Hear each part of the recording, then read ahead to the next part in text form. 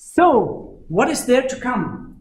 Well, as always, it's easier to predict the history compared to predicting the future. So, we don't know. It's just yesterday I found an old document, ruled from 2001, really history, ancient history, where predictions were made for the next 10 years of mobile communications. Interesting. Some things, yes, we have them. Some things, well, we don't have them. So interesting to see. No one really foresaw those key players we have right now, like the whole ecosystem around the Android for smartphones. No one really saw all the problems we have right now when it comes to privacy and security, etc. Well, if you use the newest Pokemon software, that it can send emails, etc., and all these nice things. So interesting. That's a different story. We basically opened up the wireless and mobile domain for all types of applications. And the smartphone is way more sensitive to private information compared to other devices. So what is the future? Well, one thing is quite clear. We try to be ABC, always best connected. So, also in the future, we will pick out, no matter where we are, the best available system on layer 2. That means all the higher layers have to adapt somehow. So at home, what kind of data rates do we have? 100, 200, whatever megabit per second. When we drive with the car, maybe only down to some kilobit per second, depending on where you are. So maybe in the train, we see right now all the enhancements that we have wireless LANs and LTE connections, suburban, rural areas, depending on where we are, always best connected. That's one of the trends, and we will see more of this. Right now, the systems still try to stay within one system. If you are on a mobile phone system, you do not automatically mix wireless LAN and LTE services. But that's something we will see. Well, we saw over the last 10, 15 years this kind of transition from analog to digital. That's what I also explained in the lecture. We saw this convergence towards one system, all based on the internet. So since 1 to 3 years, we have this pure internet-based wireless communication systems like LTE, LTE Advanced, like the wireless LANs. We will see all these special solutions going away, like a circuit switched special system, etc. So we'll see the transition into the new generations. Right now we are at the 3.94th generation, roughly. We'll see 4.5 fifth generation coming up, whatever this means, I will show you. So that was the development over the last 20 years. The global goal stays the same, kind of overlay networks. That what we can really handle pretty well is this kind of horizontal handover. So if we are here on the campus, we stay in our wireless LAN system, we have our 1,800 something hotspots, and we can roam, hand over, whatever, between the hotspots. That works. It still doesn't work as kind of seamless handover between our campus wireless LAN and some provider-operated LTE network. Doesn't work, seamless. So this vertical handover, that's still a challenge, because there the technical problems come together with some implementation of processes that have to do with who pays whom, some privacy concerns, and that's way more difficult. So this type of vertical handover is more difficult. Horizontal, that really works. But this kind of seamless handover from your personal area network with some kind of forwarding nodes in a multi-hop fashion seamlessly into some huge nationwide LTE network, there are still some issues. But that's kind of a global. We see many different technologies with all their advantages and disadvantages. We discussed even technologies with more and more bit per second data rates. So 802.11 AC going up to gigabits per second. but we know relative speed is low. We have some technologies that can easily go up to 250 kilometers an hour, even sometimes faster. So I think with the digital audio broadcasting, it was tested up to 600 kilometers an hour, so pretty fast. But then the data rates are pretty low. So the problem is we have some kind of a border. We try to shift this border, but this is kind of physical and economic border. Yes, we could do many things, but maybe it's way too expensive. Maybe there are no customers that travel at 600 kilometers an hour while still needing several gigabits per second. Or it's very expensive. Think of, well, if you fly over a country, it's possible to use the internet, but it's expensive because we need special technologies there, either via satellite or via special links from the Earth to the aircraft. So we saw many different technologies there. There will be the fifth generation. 5G is the big keyword. 5G will come. So what is 5G?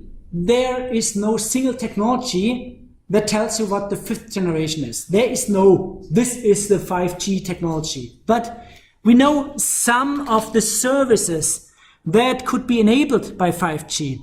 So in the lower left part, we see the 4G services. 4G is kind of video streaming, for example. Video streaming at 20 megabit per second, but the delay, well, 1 second is no problem with video streaming. Real-time gaming at some megabit per second with a delay of 10 milliseconds is feasible with LTE, yes, feasible, but that's already at the edge of 4G. The problem is, if you have, for example, autonomous driving up here, autonomous driving that has something like 1, 2, 3, 4, 5 megabit per second if you want to transmit a lot of data, but delayed down to a millisecond. Or what is really a problem, so-called tactile internet. What does it mean? If you really want to have an immediate feedback on your fingertips, if you touch a thing and this thing reacts, and the reaction depends on not only you touching the thing, but maybe on data that is transmitted after you touch the thing via some services from the internet delivered back to the thing and then transmitted via some vibration, for example, to your fingertip. The tactile internet, virtual reality, you cannot do this with LTE networks, with classical wireless LAN networks. So delays down to 1 millisecond, that's just, these are goals. That does not mean we have a technology that can really do this. This is the goal, going down to a millisecond. So if you want to cross the border here, down to a millisecond, but also if you want to go beyond 1 gigabit per second. If you want to go really higher data rates than 1 gigabit per second. So virtual reality is one of the problems. Augmented reality is one of the problems. So, and most of them are kind of nomadic, on-the-go technologies that mean while you are on the move, you want to touch something, you want to use something. So with real augmented reality, this Pokemon game would be even fancier compared to a smartphone, because then you would have some kind of a HoloLens plus integrated whatever thing. Something like this, instead of looking at the smartphone, which is, yeah, okay. But so something like this would be interesting. We don't know if these are successful applications. We don't know if this makes sense. But, well, research tries several directions. And so these are new services that could be enabled by 5G. But once more, this is not a single technology. It's quite sure that a technology that offers you a millisecond might not really offer a gigabit per second while you're on the move. Very difficult to do this. But that's something we try to achieve. So what are some key features?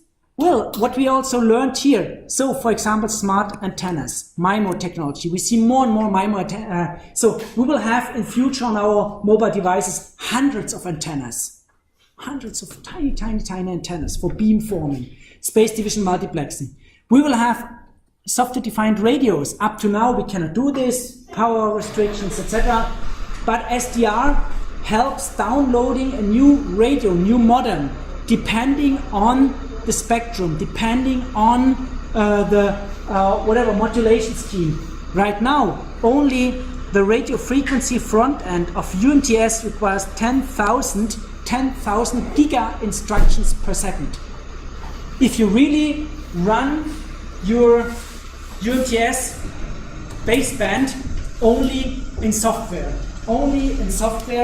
on, let's say, normal processor, 10,000 giga instructions per second, so you cannot do this. So this is why we have special hardware in all the mobile phones, dynamic spectrum allocation, etc. Then we see more and more core network convergence, all IP based, for good or bad, that's it. We will see some more quality of service there, yes, because as soon as we have more emergency services, machine control, industrial control systems running over these 5G systems, we definitely need some premium service for these industrial control systems compared to, oh, I want to download a new movie. So, big difference. We'll have more ad hoc technologies and, what's quite important, more simple and open service platforms. Because in the end, we have to offer certain services to customers, not only bits per second. So the classical network in transition to the new system still looks like this. We have an old circuit switch core. We have the new IP-based core, and we have many technologies attached to this. Classical GSM, UMTS, LTE, public wireless LANs, etc. Sooner or later, we will not have this old core anymore. We'll only have huge server farms connected to this IP-based core, many different technologies, but then the future will look a little bit different. And that's just one example to show you what is planned. Planned is a so-called software-defined network. So what does it roughly mean? We still have hardware. Hardware is the core of the network. You need hardware. That's maybe you recognize, oh, X2 interface, oh yes, this is some kind of an LTE network. That's real network. But this network can be configured based on what is on top, different applications. For example, if you have a Skype as an application, then driven by the application, you can reconfigure your network so that the network can better support this application. Or if you download a movie, or if you use a Google, or if you use this or that, depending on these demands of the application and depending on what you pay and depending on what your operator pays, etc., you can reconfigure the network to give you a better service experience. So that is the basic idea. So there will be certain quality of service providers, etc. And the heart of all of this is a kind of a software-defined network controller. So the idea is that depending on these demands for data rates, for delay, for whatever, this component can look onto the network and can say, now for this service we have connect this and this and this, and this gives you a certain service. So not you as a customer will simply have an IP address and access the network. No, you will get different services depending on your demands. So software-defined mobile networks. That's the current big trend.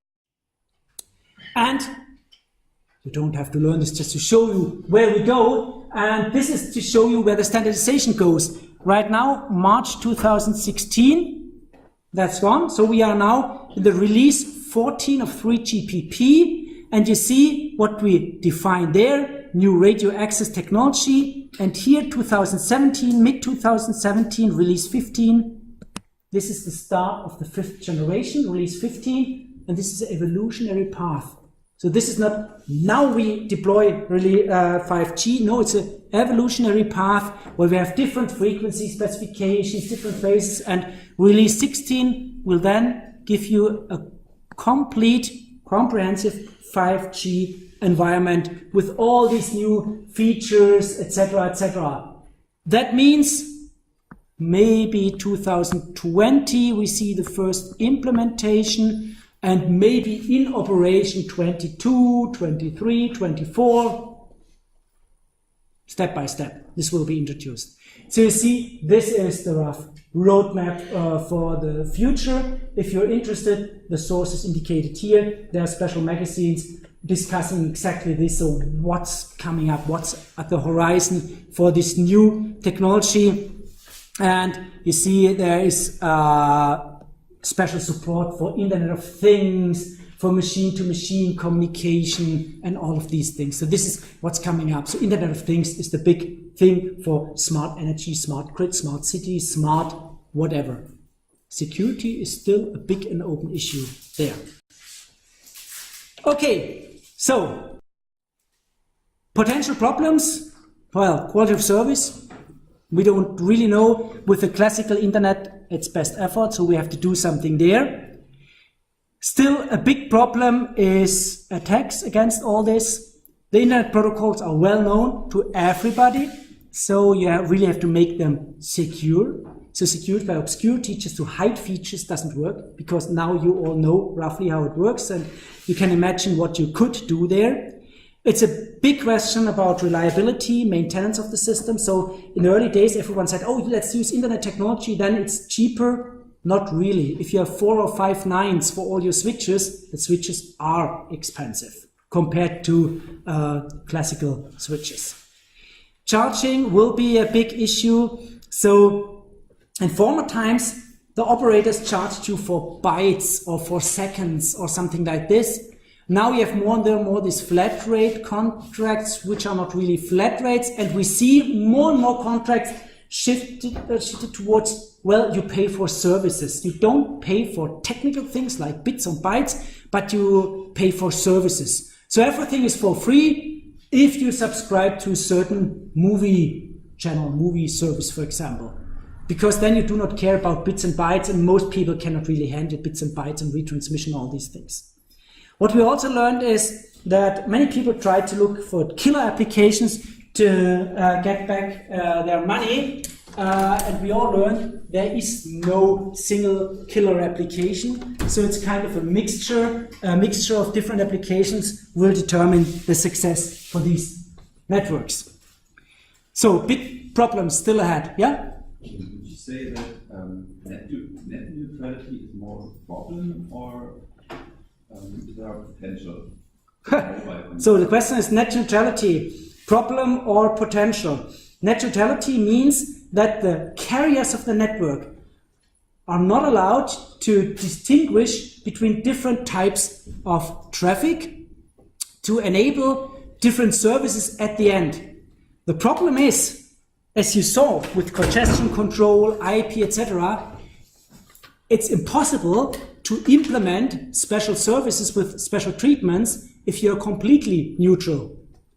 The question is, do you block other, well, companies, providers, by offering special services? And that's the thing that is debated right now, that you say, oh, I, as a big operator, have a special contract with this content provider. So this content provider has a special advantage compared to others. This is a bad idea because this stops competition at the edges. But on the other hand, it's impossible to control industrial systems, for example, if you have only best effort. Because if you then have a huge file download, this would block, not talking about attacks, block industrial control systems. So we have to balance out these different interests, and we will definitely have special purpose networks for special issues like emergency calls, like industrial control systems, like medical systems. But it's not a good idea to have special networks for TV, for example, that blocks out other providers, because then you're killing a market.